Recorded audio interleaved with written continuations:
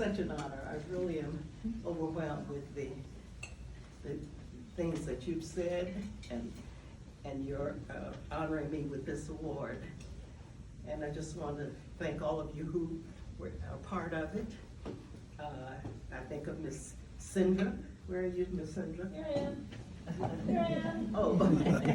Love you. Yeah, love you too. President Fowler. There you go. Okay. The members of the Alumni Board and in particular my good friend Beverly Hancock. Thank you so much. I do want to, before I forget, to thank Miss Chow. Where are you? There.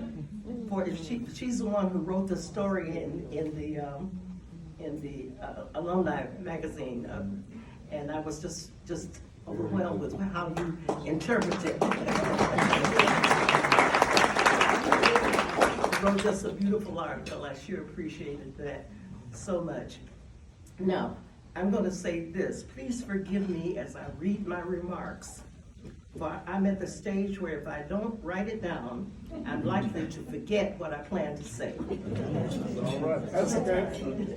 Because next week, I'll be 89 years old. 89 years old.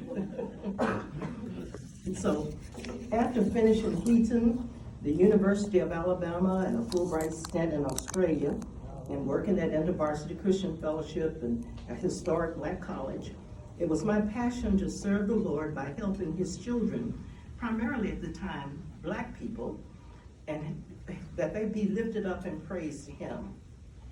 Among other assignments, the Lord chose Wheaton for me to work that out.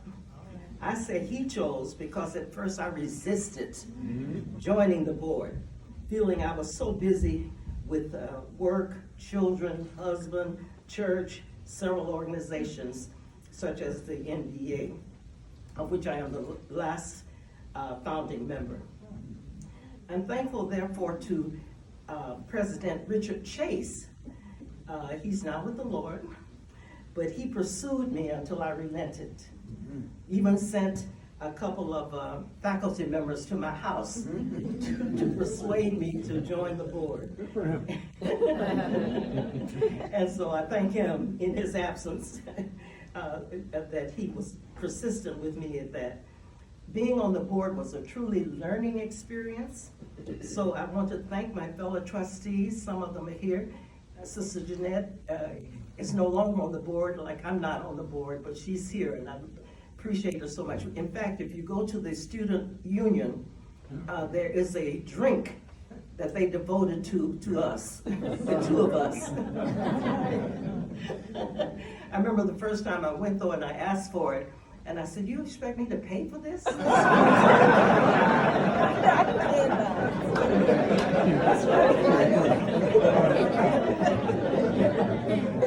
But anyway, being on the board was a very special time and occasion. And a special thanks to my good friend, where's Marilee? Marilee Melvin. Thank you, thank you. Now, our beloved Rodney Cisco, I don't know whether Hassan is here. She didn't make it apparently. His wife, Rodney, passed a few years ago. And when I joined the board, even before I joined the board, I was interacting with Rodney and other Wheatonites. And he worked with us in the NDA ministry as well. And so we worked here as he built a strong support program. Over the years, he did a great job, I think, in building that program, support program for Black and minority students. So I also thank him. He's now with the Lord.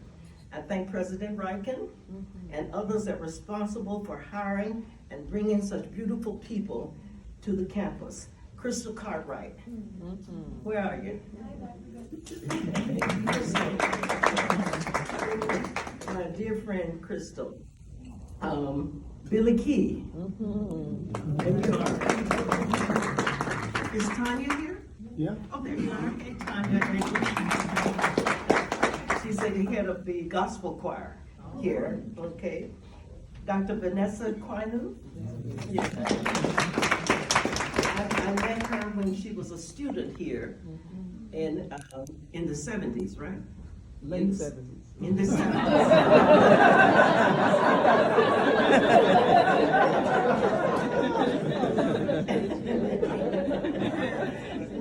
And she's now I wondered, the title that the person before her had was Chief Diversity Officer, but she has a different title. What is it? Chief Intercultural Engagement Officer. Okay, Chief Intercultural Engagement Officer. Yes, ma'am. I'll have to fix that in my mind. That's all right. That's what she's doing, and I'm so happy that you're here. Thank the Lord for you. Dr. Theon Hill, did Dr. Hill make, oh, hey, there you are. And there's so many others that, I don't have, they're not here, and some of them I haven't met. But I just thank the Lord that President Riken and other folk had the foresight to invite these people, these marvelous people, to come to this campus and do the work that they do. They make a difference for the Black students as well as some white students as well, right? Amen. Okay. Amen. And so I just want to thank the Lord for all of you. I want to just say this, Billy Key and I have a special connection. We were both graduates of the University of Alabama.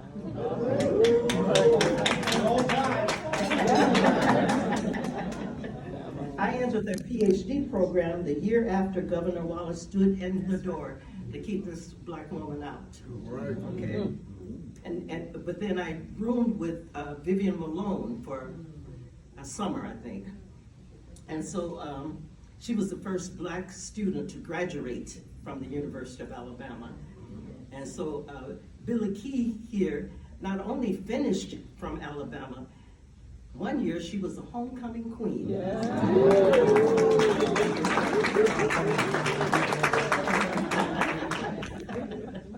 I didn't make that distinction. I'm glad to see my friends of 70 years, Beverly Yates. I've known her for, as I say, 70 years. And also Olive Banks is here. Was that 2 years ago that they named the Welcome Center in honor of your husband?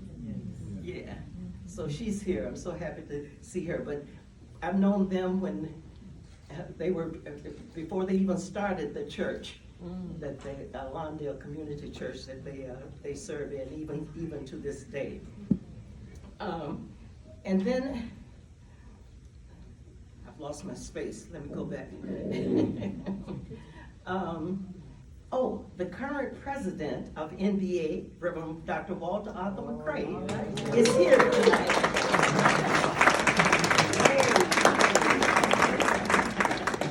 I've known him for 50 years. Yes.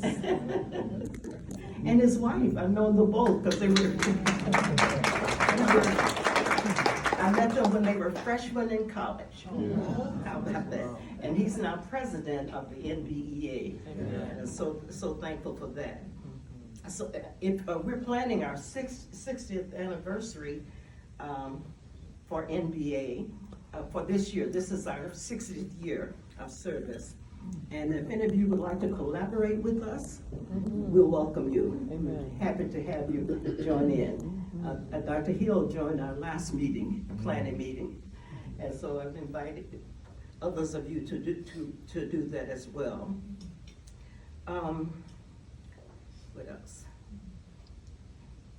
In NBEA, we saw the need to address student issues. Hence, we organized the National Black Christian Students Conference. And we were in service for how many years, Walter? About 30, I think, about 30 years. The NBCSC. One of our first projects was the writing and editing of a book called Black Christian Students, How to Remain Sane and Grow in a White Christian College. A lot of students found that helpful. Amen. So several of us wrote chapters, and I edited as well. And our last leader of that NVCSC, that's the Students Conference, he's here tonight. So, Brother Clarence Hogan, where are you? Oh, there. Yeah. Glad you're here. Okay. Now, there are other folk here that I can't name everybody, but my support group members in my church are here tonight. Many of them probably don't know what they mean to me, but I thank God for them all. My pastor and his wife are bulwarks, and they're here. Pastor.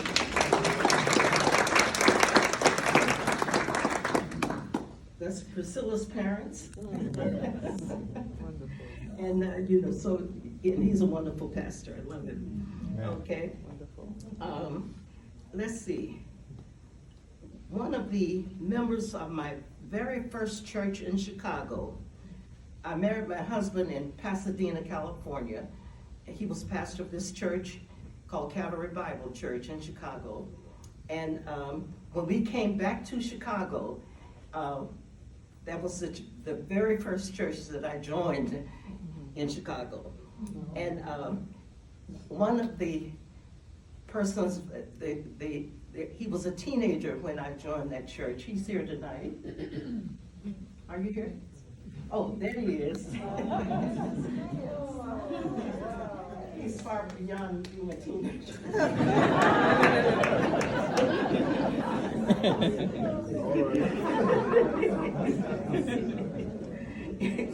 Yeah, but She was a anyway. witness at my marriage. We got married in her home.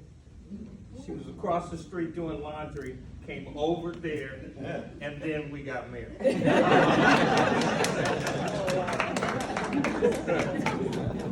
Whoa. Whoa. Now, of course, you know that I appreciate my family. My twin daughters, Dalila and Jamila, are here.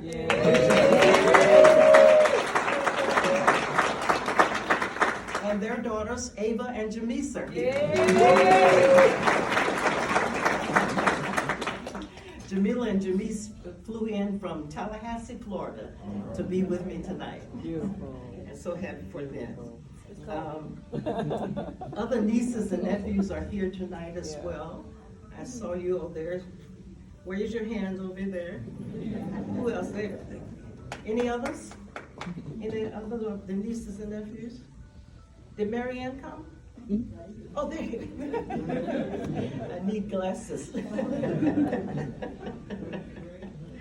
Yes, so love you all. So glad you could come. I was expecting one of my nephews to be here. William didn't come, did he? He didn't make it. Okay. All right. But anyway, since I've already thanked people who are with the Lord already, I'd like to add 3 more to that list. My mom and dad. They taught me that God loved me, and He wants me to love everybody. Okay, I didn't learn that lesson easily, but they were persistent. I never heard either of them say, in the 43 years that I knew them, say something negative about anybody else. Not once. Because they love people. And this is particularly noteworthy since I was raised in Birmingham, Alabama. And there were exceedingly great reasons to hate white people. Okay. I remember I was on my way to worship at 16th Street Baptist Church one Sunday, decided to go to the Presbyterian Church instead. Halfway there, I just said, oh, I think I'll go to Presbyterian Church today. And there, it was announced that the 16th Street Baptist Church had just been bombed. Yeah, killing 4 young Sunday school girls. Okay, so that's one thing. I could go into a lot of stuff, but I'm not going to do that. I just want to say that growing up in Birmingham, with no TV, an old radio that we rarely played, no newspapers, my parents were able to fairly well shield me from much of the hate that permeated the atmosphere. My mom in particular demonstrated her love for white people by occasionally attending white churches, not to protest, but to worship. I called her visitations her spiritual sit-ins. Even though they would not allow black people to join their churches, they would respect my mom by allowing her to sit up front. Not anywhere she wanted to, but she could sit up front. She counted a number of white pastors as her friends. I remember getting into a fierce argument with one of them about why he didn't allow black people to join his church. I won't go into that, what he said. He wouldn't interact with me on it, actually. But she met the ministers and their congregations often. I don't know how she did it, but we did have the white Bible college teachers that would come weekly to teach black people in a black church. And that may have been one of the avenues that she had. But she was an amazing woman. Absolutely amazing, you know. And she truly loved people, all God's people. That was a beautiful thing. Let me just tell you a little bit about her and consequently about me. Mom's dad was born free in 1863, the year of the Emancipation Proclamation. He lived in a very small Georgia town. Now, I don't know the full story because at that time, a lot of the folk who experienced a lot of racism didn't like to talk about that, about their experiences. They just kind of, you know, pushed that into the background. But apparently, my mom's dad had a relationship with a white woman who had 2 children with him. Somehow they kept it a clandestine relationship for a while, but when it was discovered, he had to flee to Montgomery, Alabama. Imagine that. With his 2 girls. Mama at one point showed me a lovely picture of my grandmother, but we don't know what happened to her. We just know that they had to flee, because lynching was also very prominent at that time. But my mom somehow found the Lord, loved the Lord, and loved his church and his people and all people. And so that was something that rubbed off on me, you know, as our president, Riken, talked about how I could love people. That was my mama. She taught me a lot. And just, you know, I could go with my father also was like that, but he didn't talk much. My mama talked a lot. So her help came from her relationship with the Lord and working in his church. My father was half Cherokee Indian from South Carolina, and he also fled first to Augusta, Georgia, and then to Birmingham, Alabama. He also loved the Lord, and he was a preacher even. And then the last person I want to mention who's with the Lord now, and that's my Bill. I met Bill when I was a junior here at Wheaton in 1953. How about that? He had a similar story. He was married actually at the time. His first wife died, and she was very sickly at times. And when we finally married after about 18 years after I first met him, I told him that when I get to heaven, I was going to thank Theo for training him well.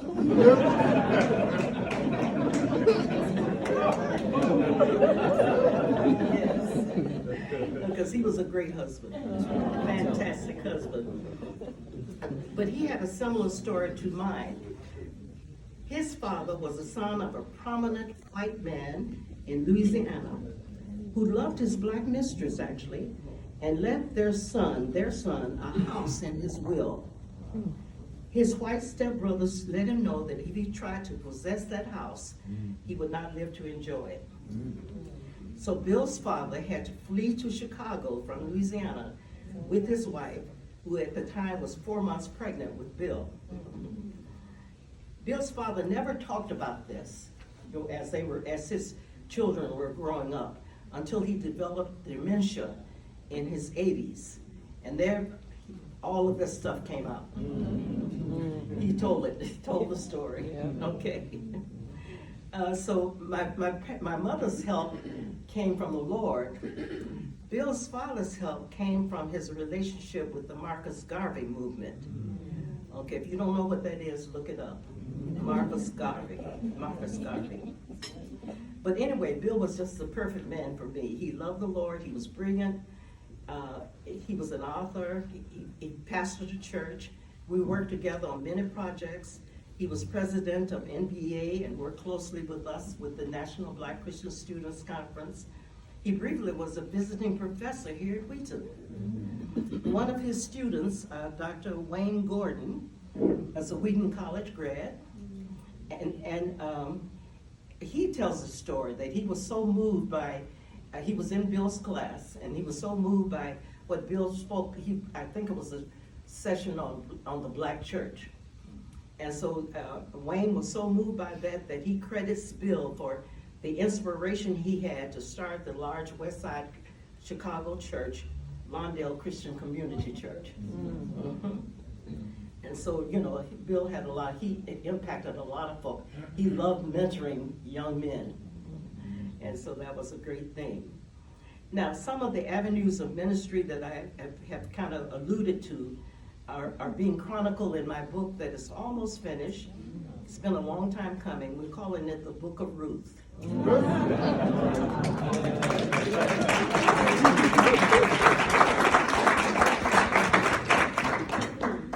Now, just one final thing before I sit down. I know I talked a lot.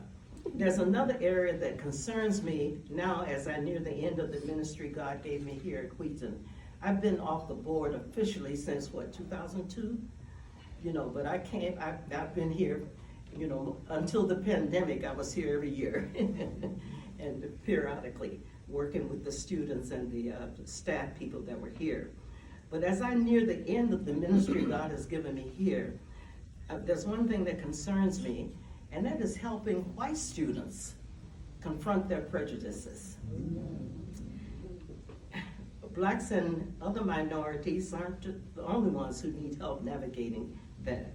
There are white students and perhaps a few faculty that are trapped in what Jim Wallace calls America's original sin, the sin of racism. Some students come to Wheaton and this is all they know. I mean, this is what they've been taught. A few may not have even seen a black person directly. And so their knowledge of blacks and perhaps other minority people come from maybe racist parents, teachers, even pastors or Sunday school teachers. They get it from TV, from their playmates, etc. And so the original sin is deeply embedded in American culture. So some students come with their racist attitudes and they don't even know it. When I was a student years ago, racist microaggressions were common, even without the students realizing it. For example, folk would say to me, "You're not like other Negroes." And that was supposed to be a compliment. But it was making it clear that those others that weren't like me were inferior, buffoonish, uncouth, ignorant, etc. So they thought they were complimenting me, but in so doing, they were downgrading my people as well as insulting me. Just one illustration of that before I close.